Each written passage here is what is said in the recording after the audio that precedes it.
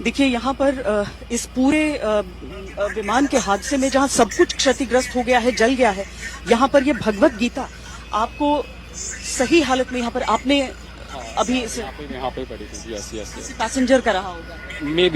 May be हो सकता है, वो तो हम नहीं बता सकते कि किसका रहा। मुझे कोई तो रीड करता होगा तभी आई है, यू नो। तो कहने का मतलब ये है कि इतनी गर्मी के अंदर भी मतलब 50,000 से ज्यादा लीटर होगा इसके यहाँ पे। और जो हादसे हुए, एक सेकंड में बता रहा हूँ। तो ये പ്രഭുപദ की भी ഫോട്ടോ है।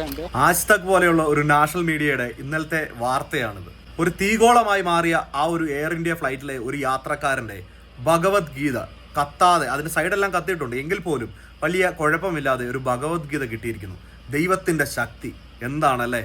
എല്ലാ ആളുകളും എങ്ങനെയാണ് ആ വിമാനം കത്തിയതെന്ന് അറിയാനായിട്ട് ബ്ലാക്ക് ബോക്സിന്റെ രേഖകൾ തപ്പി, അല്ലെങ്കിൽ ഇനി ആരെങ്കിലും ഒരാൾ അതിനകത്ത് എവിടെയെങ്കിലും കത്താതെ അല്ലെങ്കിൽ ജീവനോടെ ഉണ്ടോ എന്ന് തപ്പി നടക്കുന്ന, അല്ലെങ്കിൽ മരിച്ച ആളുകൾ ആരാണെന്ന് പോലും തിരിച്ചറിയാൻ സാധിക്കാതെ DNA ടെസ്റ്റുകൾ നടത്തിക്കൊണ്ടിരിക്കുന്ന ഈ ഒരു സമയത്തും ഇതുപോലെയുള്ള ചാനലിന് കിട്ടിയിരിക്കുന്ന വാർത്തയല്ലേ. അപ്പൊ നിങ്ങൾ കരുതും ഞാൻ ഗീതയെ തള്ളി പറയുകയാണെന്ന്. അതിൽ യാത്ര ചെയ്തിരുന്ന മുസ്ലിമായിട്ടുള്ള പല ആളുകളും ചിലപ്പോൾ തസ്ബി, ഖുർആന് ഇതുപോലെയുള്ള കാര്യങ്ങൾ കൂടെ കൊണ്ടുപോയി നടക്കുന്നുണ്ടാവും.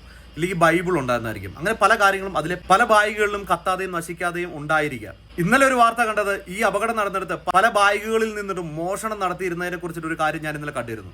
ആ ബാഗുകളിൽ കത്താത്ത അടിവസ്ത്രങ്ങൾ വരെ ഉണ്ടായിരുന്നു. എല്ലാവർക്കും വിശ്വാസം വേണം, പക്ഷേ ഇതുപോലെ അമിതമായിട്ടുള്ള അന്ധവിശ്വാസങ്ങളെ കൊണ്ടു നടക്കാതിരിക്കുക.